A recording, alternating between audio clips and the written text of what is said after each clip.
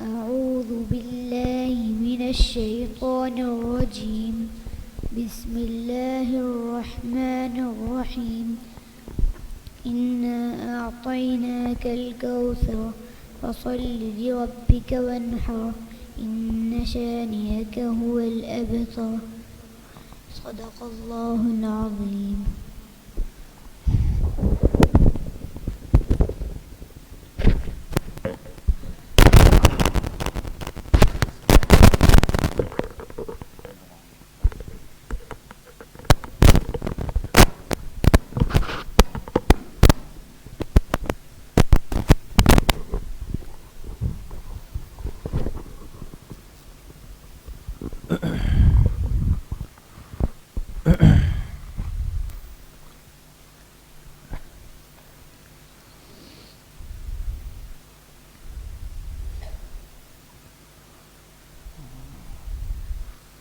بسم الله الرحمن الرحيم. نحمده ونصلي ونسلم على رسوله الكريم.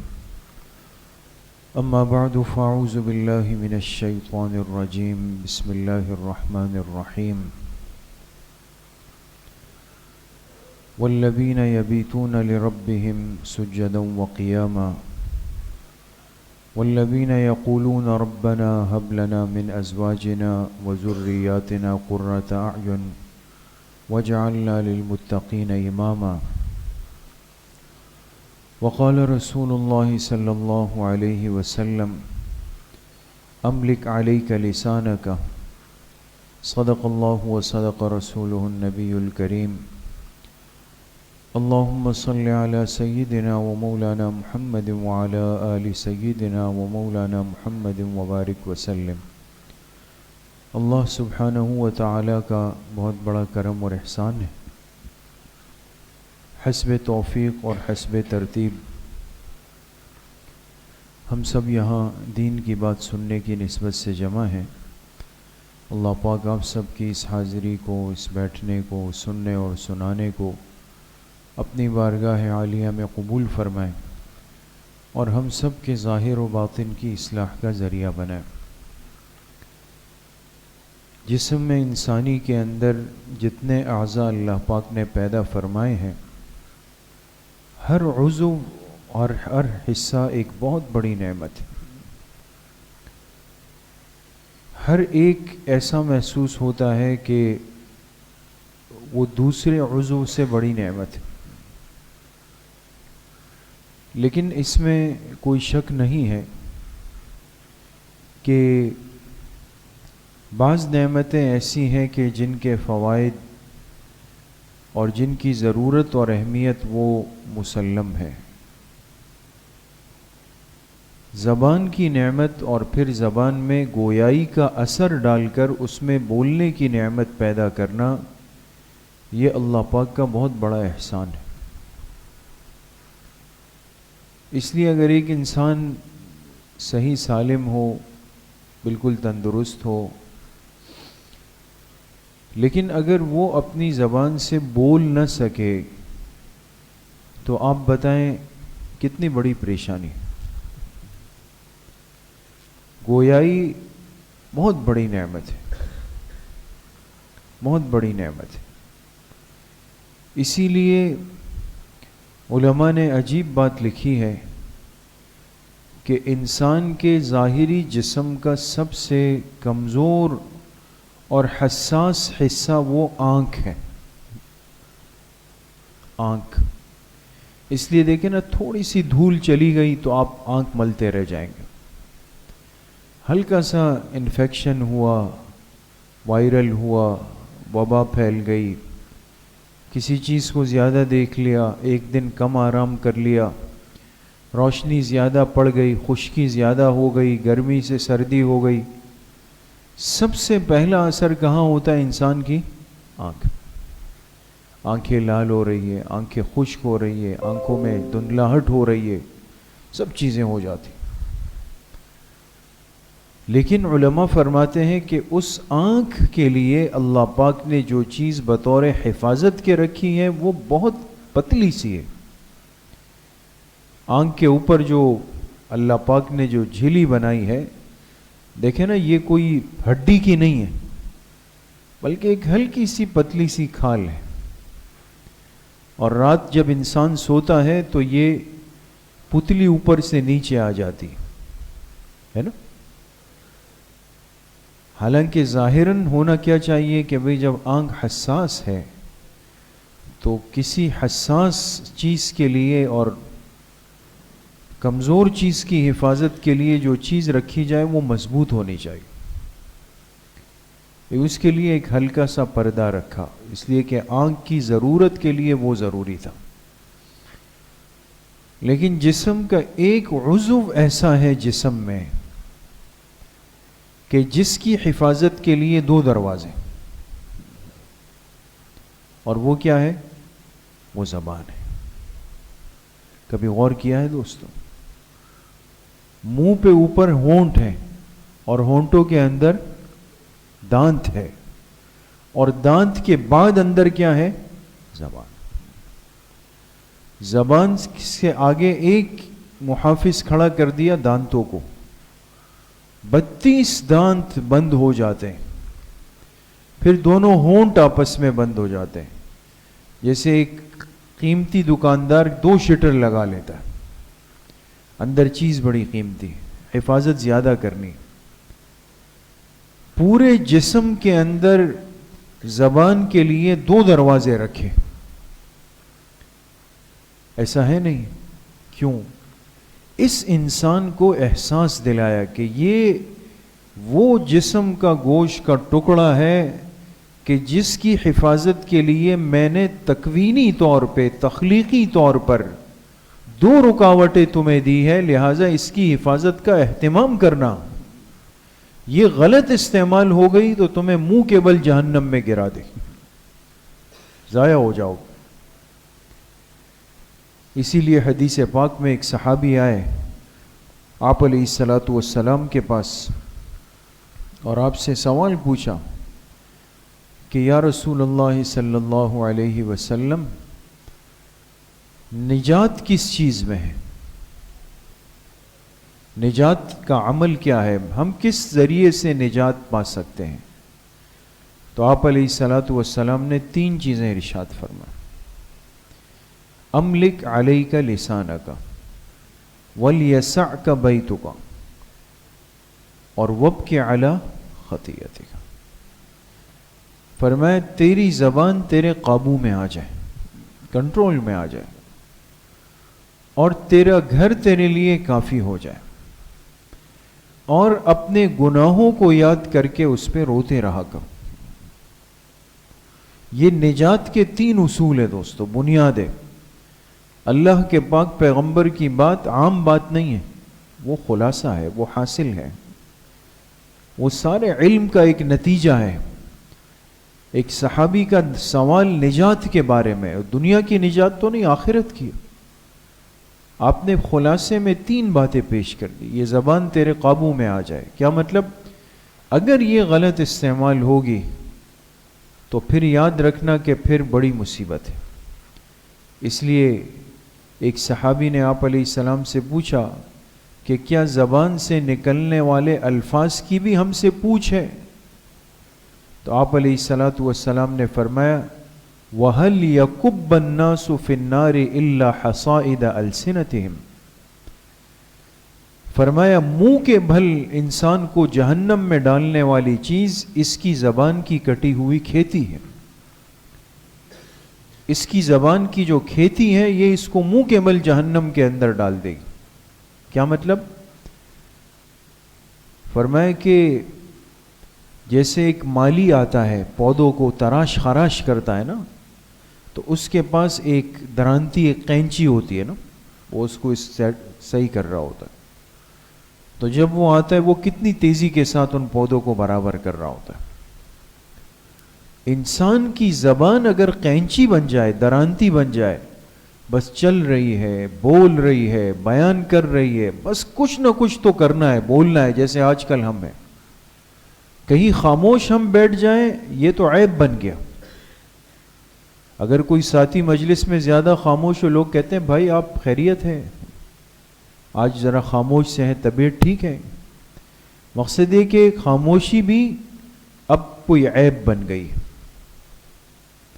ہنر یہ ہے کہ انسان زبان سے ٹر ٹر کرتا رہے، بولتا رہے. وہ اب کیا بول رہا ہے، کتنا بول رہا ہے، کس قدر سچ بول رہا ہے، یہ نہیں پتا. بس کوئی بات کا عنوان چاہیے. لہذا جس چیز کی معلومات نہیں ہے لیکن بات کرنی ہے.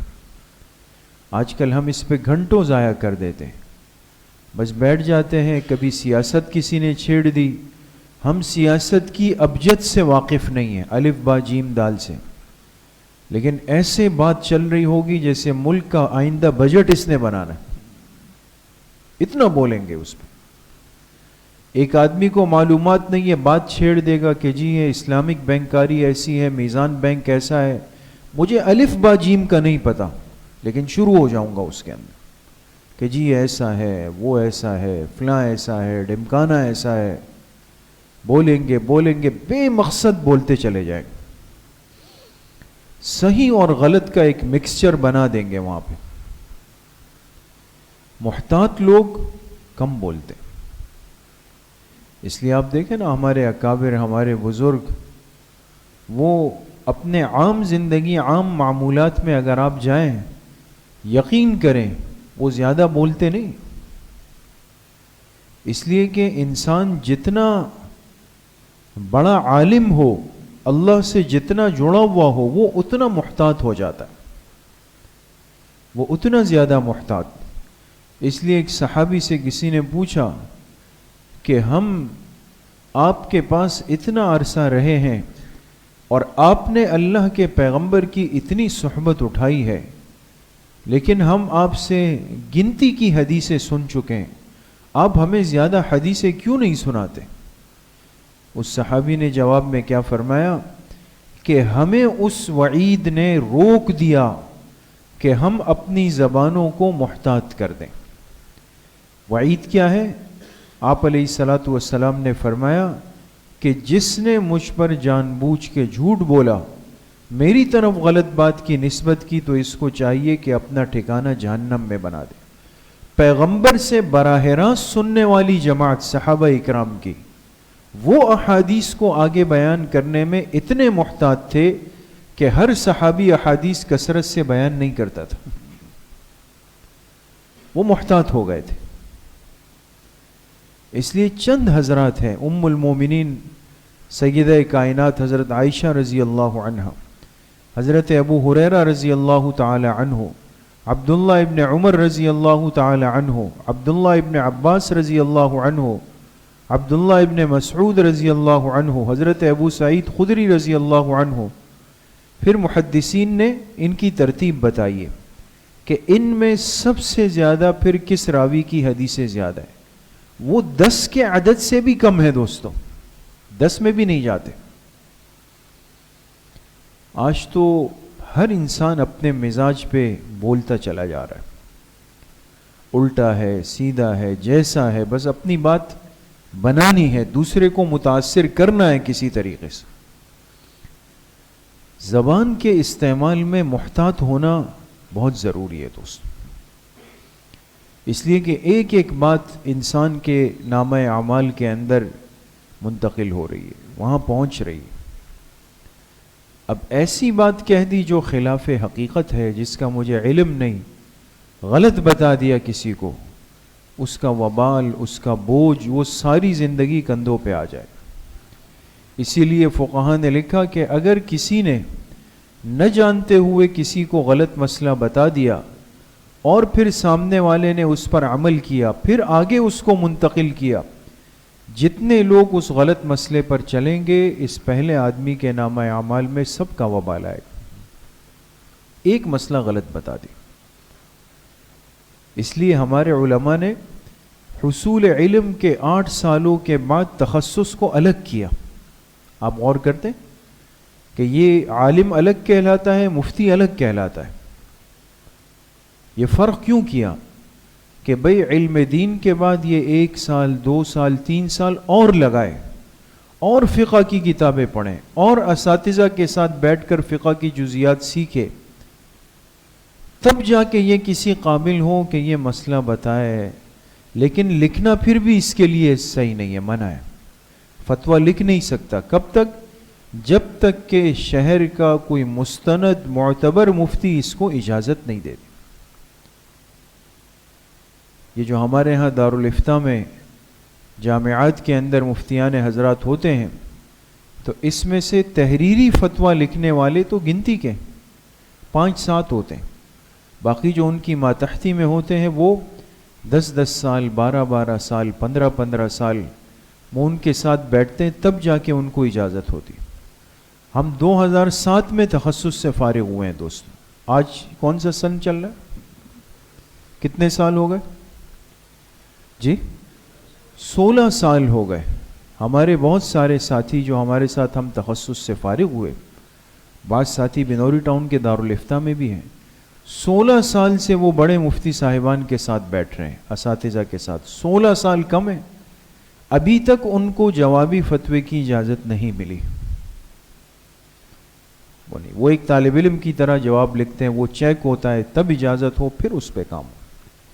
یہ تو آج ہم جیسے کمزور لوگ ہیں کہ کسی نے مسئلہ پوچھا آتا ہے نہیں آتا، لیکن جواب دوں گا، نہیں دیا تو پتہ نہیں وہ میرے بارے میں کیا سمجھے گا. کسی نے کہا ذرا یہ لکھ کر دے دیجئے، پھٹ سے قلم نکالا اور یہ لکھ دیا، نیچے سائن کر دیا اس پہ، اور یہ کہا جی یہ فتویٰ لے لیجئے گا. غیر محتاط زندگی شروع ہو گئی. جو اصل علماء تھے، جو اصل کام کے لوگ، اللہ کا خوف رکھنے والے، وہ اس طرح نہیں کرتے. وہ ایک ایک چیز سے ڈرتے تھے. ہمارے حضرت شیخ امام اہل سنت حضرت مولانا سرفراز خان صفدر رحمۃ اللہ علیہ، جو استاذ الکل تھے اور جن کو امام اہل سنت کہا گیا، حضرت مدنی رحمۃ اللہ علیہ کے شاگرد خاص تھے. اتنے بڑے پائے کے عالم کے انسان سوچ نہیں سکتا. لیکن ہم نے خود دیکھا جب حضرت کراچی تشریف لائے اپنے گھٹنوں کے علاج کے لیے، 2002-2003 میں، تو ناف سے جو نیچے کا جسم تھا حضرت کا وہ بالکل یعنی مفلوج ہو چکا تھا نا. 94-95 سال عمر تھی. تو اب بعض دفعہ کیا ہوتا نا بھائی، وہ خادم جو وضو کرانے والا ہے وہ نہیں ہے، وہ موجود نہیں، یا کسی کو بلانا پڑتا ہے. اب شرعی مسئلہ یہ ہے کہ اگر ایک آدمی خود چل کر وضو کے پانی تک نہ جا سکے، چاہے یہ گھر میں ہے، تو آیا اس کو تیمم کی اجازت ہے کہ یہ اپنے پلنگ پہ بیٹھ کے تیمم کر لے پتھر سے؟ تو مسئلہ یہی ہے کہ اگر ایک مستقل خادم رکھ سکتا ہے، اتنی حیثیت ہے، تو رکھ لے، پھر تیمم نہ کرے. لیکن اگر ایسا نہیں ہے تو پھر تیمم کی گنجائش. اب یہ مسئلہ تو اب دیکھیں مجھ جیسے ایک نالائق طالب علم کو آتا ہے یہ مسئلہ. اب حضرت کا اتنا بڑا مقام، لیکن جب یہاں تشریف لائے، چند دن یہاں قیام تھا، تو فرمائے بھئی بعض دفعہ وہ خادم یہاں ہوتا نہیں جو وضو کرانے والا. تو اب آیا میں تیمم کر سکتا ہوں یا نہیں کر سکتا ہوں؟ اب خود جو ہزاروں مسئلے روز بتاتے ہوں، تو کیا ہمارے بنوری ٹاؤن کے ایک ساتھی تھے دور حدیث کے، ان سے کہا کہ آپ جائیں اور حضرت مفتی نظام الدین صاحب شہید رحمۃ اللہ علیہ سے پوچھیں کہ میرے ساتھ یہ مسئلہ ہے، آیا میرے لیے تیمم کی اجازت ہے یا نہیں. کیا ان کو حضرت کو مسئلے کا علم نہیں تھا؟ لیکن اپنی ذات پہ اب مسئلہ آیا نا، تو اپنے مسئلے کو خود پہ عمل نہیں، جب تک حضرت اجازت دیں، ان سے اجازت لیں، پھر میں کام کروں. یہ تو احتیاط ہے. ہمارے حاجی عبد الوہاب صاحب رحمۃ اللہ علیہ رائیونڈ والے، وہ فرمایا کرتے تھے جب تک مفتی ولی حسن ٹونکی رحمۃ اللہ علیہ، جو بنوری ٹاؤن کے مفتی اعظم پاکستان تھے ہمارے، کہ جب تک ان کا مسئلہ میرے سامنے نہ آئے میں کسی اور کے مسئلے پر عمل نہیں کرتا ہوں. محتاط لوگ تھے. عرض کرنے کا مقصد میرے عزیز طلبہ اور میرے ساتھیوں یہ ہے کہ آج جس دور میں میں اور آپ داخل ہو گئے ہیں یہ انسان کے جری ہونے کا دور ہے. ہر انسان آزاد ہو کے ہر مسئلے پر بے تکلف بے دھڑک عمل کرنا چاہتا ہے, بولنا چاہتا ہے, اپنے مقصد کا کام کروانا چاہتا ہے. زندگی زبان کی بے احتیاط ہونے کی وجہ سے بے احتیاط ہوتی چلی جا رہی. زبان پہ کنٹرول, جہاں ضرورت ہو یہ زبان استعمال ہو, جہاں ضرورت نہ ہو انسان خاموش رہے. ہمیشہ مسائل بتانے میں جرأت نہ اختیار کرے کہ جی میں تو بتاؤں گا, نہیں, ہمیشہ ایسی صورت میں ان بڑوں کی طرف بھیج دیں. آسان مسئلہ ہو وہ فوراً بتائیں تاکہ ساتھی غلط راستے پہ نہ چل پڑے. لیکن اہم مسئلہ ہے, بڑا مسئلہ ہے, حلال و حرام کا ہے, ناجائز ناجائز کا ہے, طلاق نکاح کا ہے, میراث کا ہے, اس میں ایک طالب علم یا نیا عالم فوراً نہ بتائے, وہ بڑے حضرات کی طرف اس کو رجوع کرنے کا. کسی کو مسئلہ اپنے ہاتھ سے فوراً لکھ کر نہ دیں, یہ بڑی ذمہ داری کی چیز ہو جاتی. علم کو مضبوط حاصل کرے, رسوخ کے ساتھ حاصل کریں, فقہ کی گہرائی کو سمجھیں کہ مسائل کو بیان کرنے میں فقہا کا انداز کیا ہے, فقہا کا مزاج کیا ہے. ان چیزوں میں بے احتیاطی کی گئی, آج امت کو بالکل بے مہار چھوڑ دیا گیا. کہا بھئی آپ لوگ خود کتابیں دیکھ کر اپنے لیے دین پہ عمل کریں نا. اب کوئی 3 طلاق دے کے پھر کہہ رہا ہے چلو بھئی یہ 1 ہو گئی, کوئی 4 کے بجائے 3 رکعتیں نماز پڑھ رہا ہے, پھر سجدہ سہو کر کے کہہ رہا ہے اللہ معاف کرنے والے. 10 سال کی نماز قضا ہے, اور رمضان کے آخری جمعے میں آپ نے سنا ہوگا قضاء عمری کے نام سے ایک نماز ہوتی ہے. 4 رکعت پڑھ لی, کا پیچھے کی ساری قضا نمازیں گئی. یہ خرابیاں اسی دن سے پیدا ہوئی جب ہم نے ہر طبقے کو آزاد چھوڑ دیا. اس لیے آپ طلبہ ہیں, کل کے علماء ہیں, آپ کی ذمہ داری ڈبل ہے, دگنی ہے. آپ نے محنت کے ساتھ علم حاصل کرنا ہے, امت کو سنبھالنا ہے, اور باقی ہر ساتھی اپنے طور پر دین کے مسائل اور معاملات میں محتاط زندگی گزارے. خود سے ایک مسئلہ اخذ کر کے اس پہ عمل نہ کرے کہ ہاں چلو یہ اس طرح ہوگا میں اس پہ عمل کر لیتا ہوں. نہیں, جو چیز دل میں کھٹک پیدا کرے, سمجھ نہیں آ رہی, اس کو سیکھ کر سمجھ کر پھر اس پہ عمل کرے. کوشش کریں گے انشاءاللہ. اللہ کریم مجھے بھی آپ سب کو صحیح عمل کی توفیق نصیب فرمائے. وآخر دعوانا الحمدللہ رب العالمین. کچھ دیر کے لیے ختمات شریفہ پڑھیں گے. بسم اللہ الرحمن الرحیم. الحمدللہ الذی لم یتخذ ولدا ولم یکن له شریک فی الملک ولم یکن له ولی من الذل وکبرہ تکبیرا. تمام ساتھی ایک مرتبہ درود شریف پڑھ لیں. اللہم صلی علی محمد.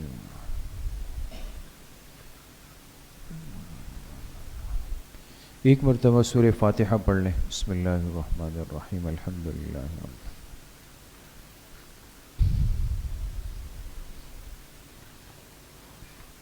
ایک مرتبہ درود شریف پڑھ لیں. اللہم صلی علی محمد.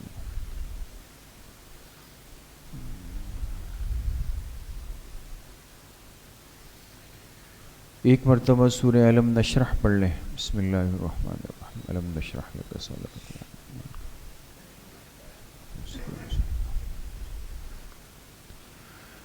ایک مرتبہ سورہ اخلاص پڑھ لیں. بسم اللہ الرحمن الرحیم. قل هو اللہ احد اللہ الصمد. ایک مرتبہ سورہ فاتحہ پڑھ لیں. بسم اللہ الرحمن الرحیم. الحمدللہ رب العالمین.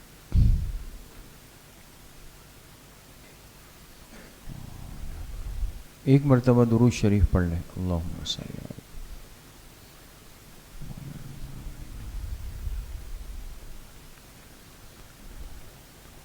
سات مرتبہ پڑھیں. اللہم یا قاضی الحاجات. اللہم یا قاضی الحاجات. سات مرتبہ پڑھیں. اللہم یا کافی المہمات. اللہم یا کافی المہمات.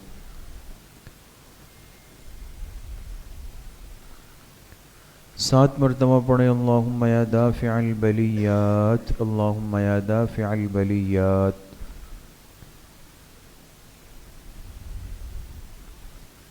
7 مرتبہ پڑھیں اللہم یا شافی الامراض، اللہم یا شافی الامراض۔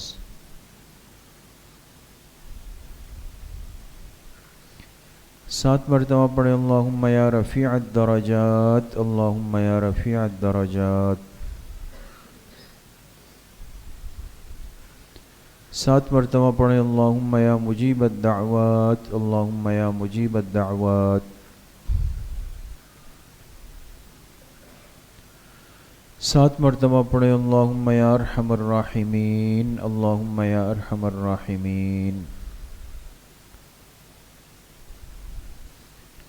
1 مرتبہ درود شریف پڑھ لیں، اللہم صلی علی محمد۔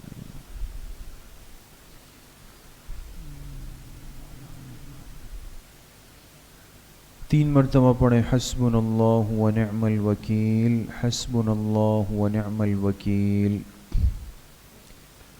1 مرتبہ درود شریف پڑھ لیں، اللہم صلی علی محمد۔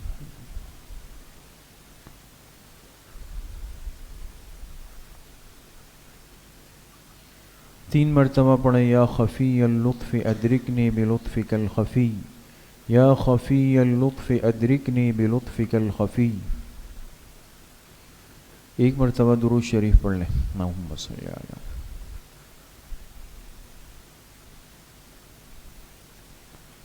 3 مرتبہ پڑھیں لا حول ولا قوة الا باللہ، لا حول ولا قوة الا باللہ۔ 1 مرتبہ درود شریف پڑھ لیں، اللہم صلی علی محمد۔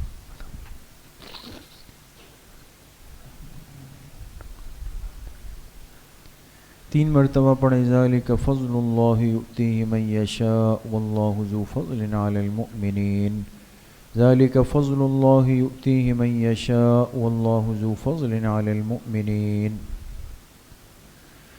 1 مرتبہ درود شریف پڑھ لیں، اللہم صلی علی محمد وعلی۔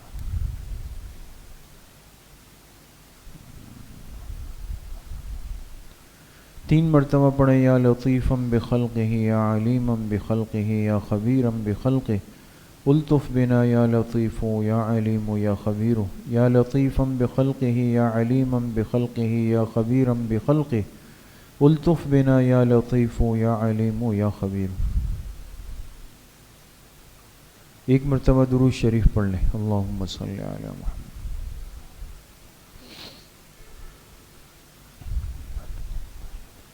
3 مرتبہ پڑھیں انا للہ و انا الیہ راجعون، انا للہ و انا الیہ راجعون۔ 1 مرتبہ درود شریف پڑھ لیں، اللہم صلی علی محمد، اللہم بارک علی محمد۔ 3 مرتبہ پڑھیں اللہ ولی الذین آمنوا، اللہ ولی الذین آمنوا۔ 1 مرتبہ درود شریف پڑھ لیں، اللہم صلی علی۔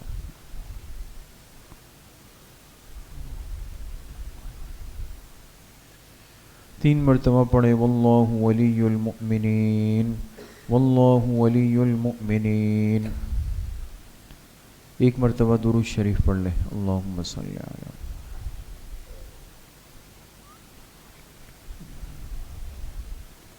3 مرتبہ پڑھیں رب اغفر وارحم وانت خیر الراحمین، رب اغفر وارحم وانت خیر الراحمین۔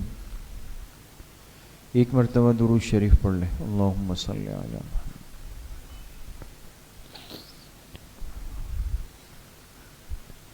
3 مرتبہ پڑھیں یا لطیف یا خبیر یا ودود یا شکور، یا لطیف یا خبیر یا ودود یا شکور۔ 1 مرتبہ درود شریف پڑھ لیں، اللہم صلی علی محمد۔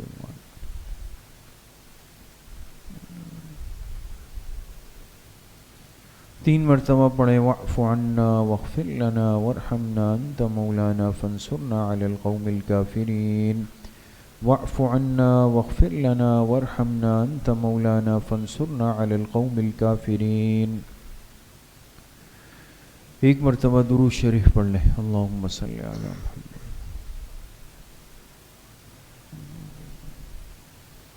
3 مرتبہ پڑھیں یا رحمان یا رحیم یا اللہ یا کریم، یا رحمان یا رحیم یا اللہ یا کریم۔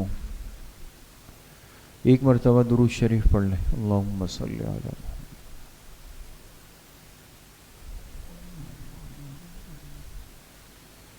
3 مرتبہ پڑھیں الا بذکر اللہ تطمئن القلوب، الا بذکر اللہ تطمئن القلوب۔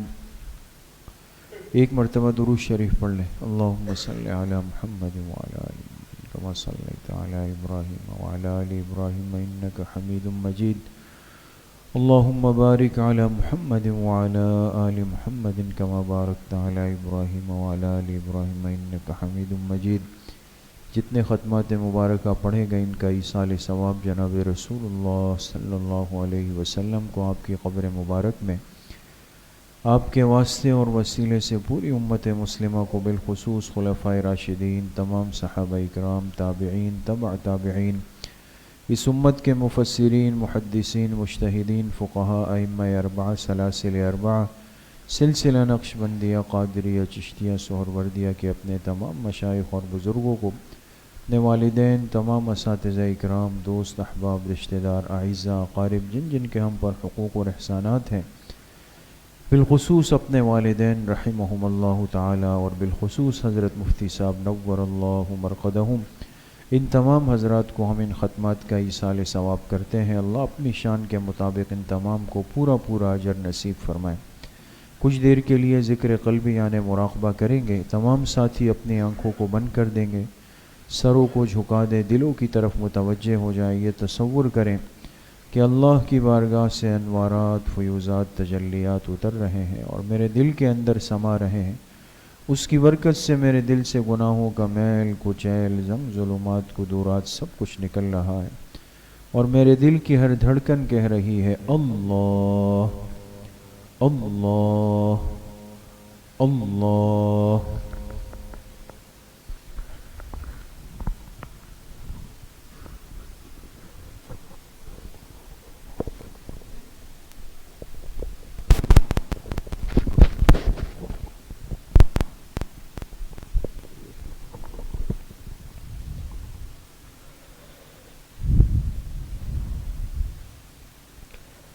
اب عشق میں ان کی خاطر ہم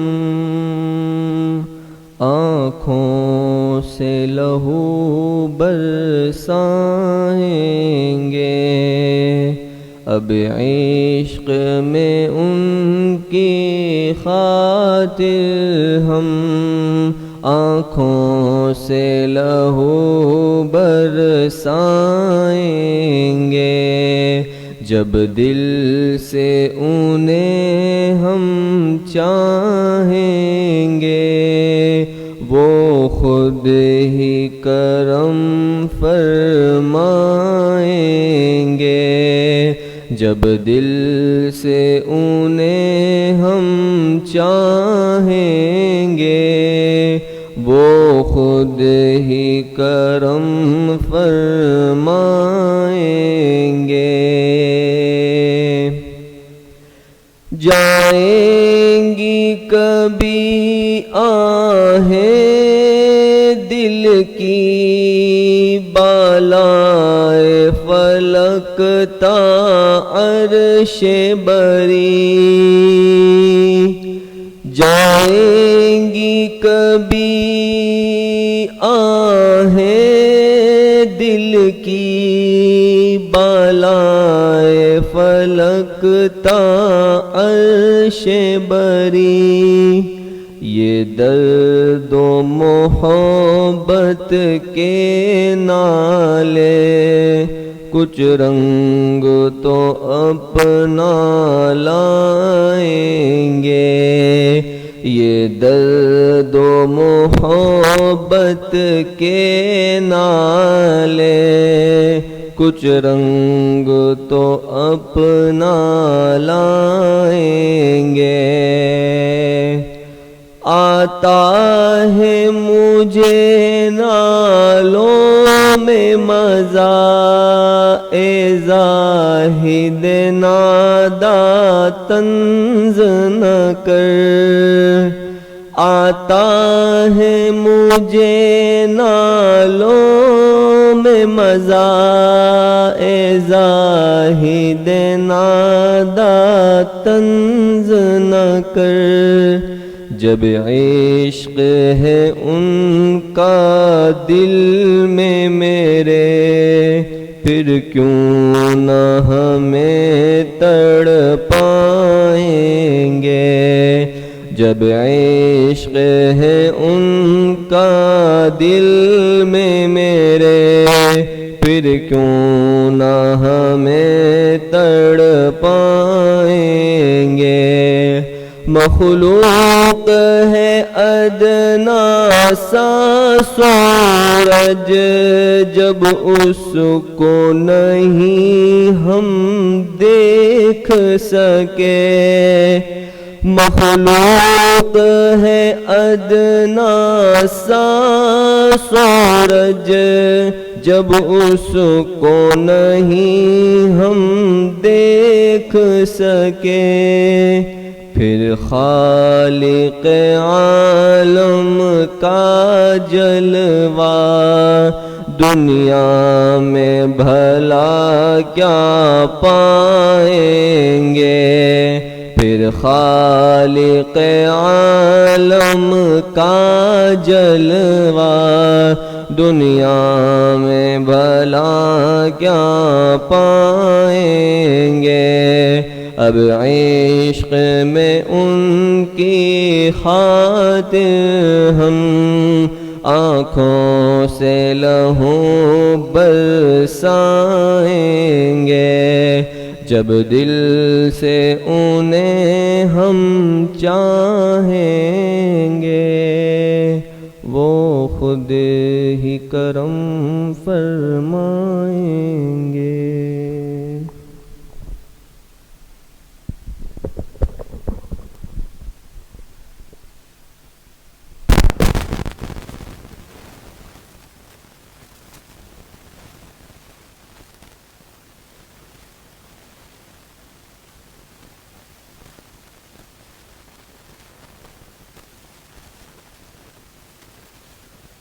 محمد وآلہ وصحبہ اجمعین۔ یا اللہ یا ارحم الراحمین، ہمارے صغیرہ کبیرہ ظاہراً باطناً ہر طرح کے گناہوں کو معاف فرما دے۔ یا اللہ پوری امت کے گناہوں کو معاف فرما دے، تیری رضا والی زندگی نصیب فرما دے، پوری زندگی اتباع سنت کے مطابق گزارنے کی توفیق نصیب فرما دے۔ یا اللہ جسم کو اپنے حکم کا تابع فرما کر پوری زندگی اس کی حفاظت کی توفیق نصیب فرما دے۔ علم نافع کی دولت سے یا اللہ ہم سب کو، ہمارے ان طلبہ عزیز کو یا اللہ مالا مال فرما دے۔ علم بعمل والی زندگی ہم سب کو نصیب فرما دے۔ ایک ایک طالب علم کو پوری دنیا میں یا اللہ ہدایت کے کام کے لیے قبول فرما دے۔ جتنے بیمار گھروں میں ہیں، اسپتالوں میں، سب کو شفائے کامل عاجل مستمر نصیب فرما دے۔ جتنے مرحومین مرحومات دنیا سے چلے گئے یا اللہ سب کی کامل و مکمل مغفرت فرما دے۔ خصوص ہمارے مرشد اور مشفق و مربی حضرت مفتی صاحب نور اللہ مرقدہ، اے اللہ ان کی قبر کو جنت کا باغیچہ فرما دے۔ اپنے جنت کی ہوائیں، نعمتیں، راحتیں، خوشبوئیں اپنے فضل و کرم سے نصیب فرما دے۔ ہمارے والدین، تمام اساتذہ اکرام، پورے اہل خاندان، اس مسجد کے جتنے نمازی، یہاں بیٹھے ہوئے ساتھیوں کے والدین، متعلقین، کل امت کے جتنے مرحومین ہیں، یا اللہ سب کو اپنے فضل و کرم سے جوار رحمت میں اعلیٰ مقام نصیب فرما دے۔ یا اللہ پوری زندگی پاکیزہ ذکر سے اپنی زبان کو معطر و آباد رکھنے کی توفیق ہم سب کو نصیب فرما دے۔ جتنے ساتھی یا اللہ محبت سے تشریف لائے، جتنے طلبہ آئے ہیں، یا اللہ سب کو اس دنیا کی، اس جہاں کی خوشیاں، برکتیں، راحتیں، وسعتیں، سعادتیں، فرحتیں اپنے فضل و احسان سے کامل درجے میں نصیب فرما دے۔ وصلی اللہ وسلم علی نبینا محمد وآلہ وصحبہ اجمعین۔ السلام علیکم۔